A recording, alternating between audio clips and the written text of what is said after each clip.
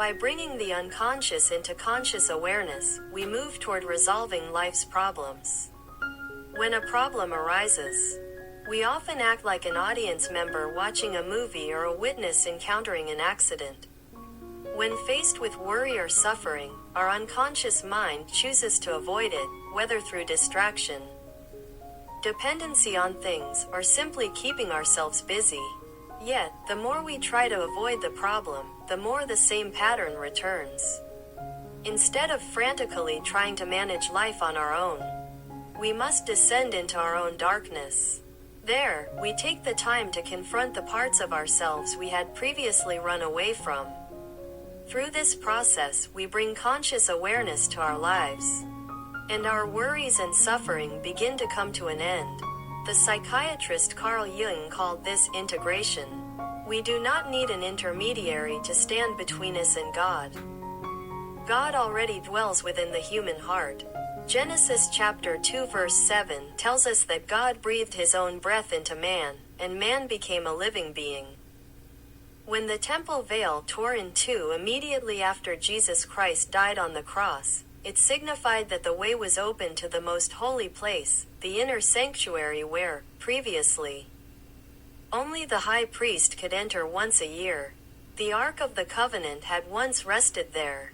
John chapter 1 verse 5 speaks of Jesus Christ, stating, "The light shines in the darkness." We must cease performing rituals in the outer courts and, instead, journey daily into the inner kingdom, into the deepest darkness, to commune with the God who dwells within.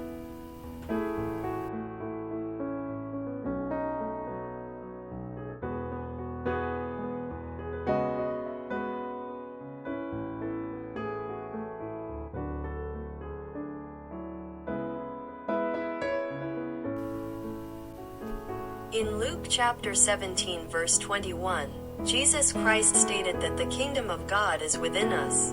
Furthermore, in John chapter 15 verse 15 and Revelation chapter 3 verse 10, he indicated that those who discover this are called his friends and are granted the key to open the door.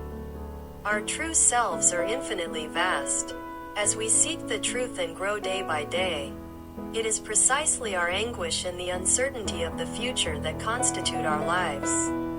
In John chapter 14 verse 27, Jesus also promised to give us peace amidst that very anguish and suffering. We must let go of the world's ceaseless expectations and judgments, as well as the old order we have spent years building.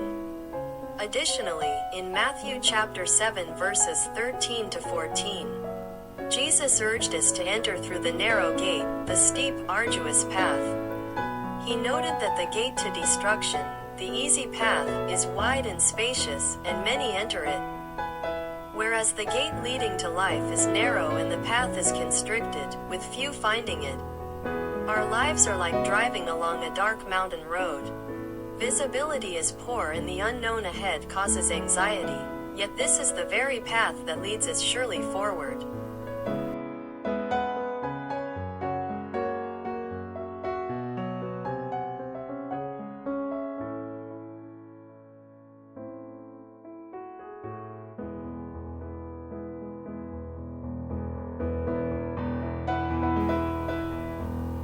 Experiences of being betrayed by others or stumbling in relationships are merely shadows reflecting aspects of yourself. In essence, they are mirrors reflecting who you are. The moment you realize this, the moment you acknowledge it, you stop fighting the mirror. The truth is that aspects such as murderer or thief also reside within us, right now. You are simply keeping them in check. True liberation from your struggles comes when you turn your gaze inward and confront those very aspects within yourself.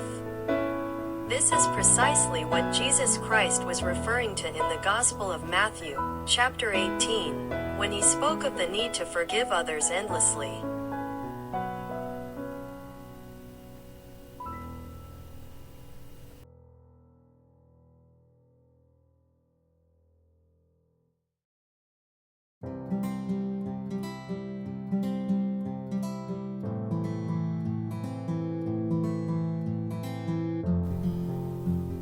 At times, long, quiet nights visit our lives.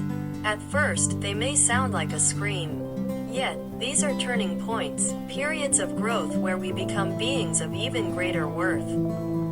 Just as we know that spring inevitably follows the cold of winter, we wait for that spring with hope. To find true life, one must lose one's life.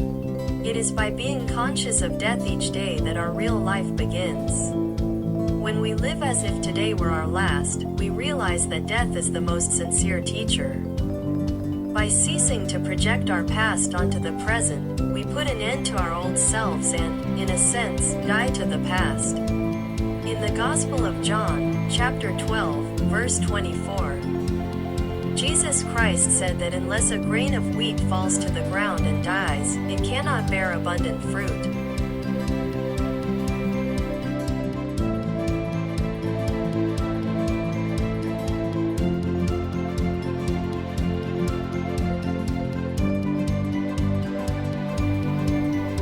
Our journey through life to become our true selves is an unfolding process with no end. Once one goal is achieved, 10 new levels appear.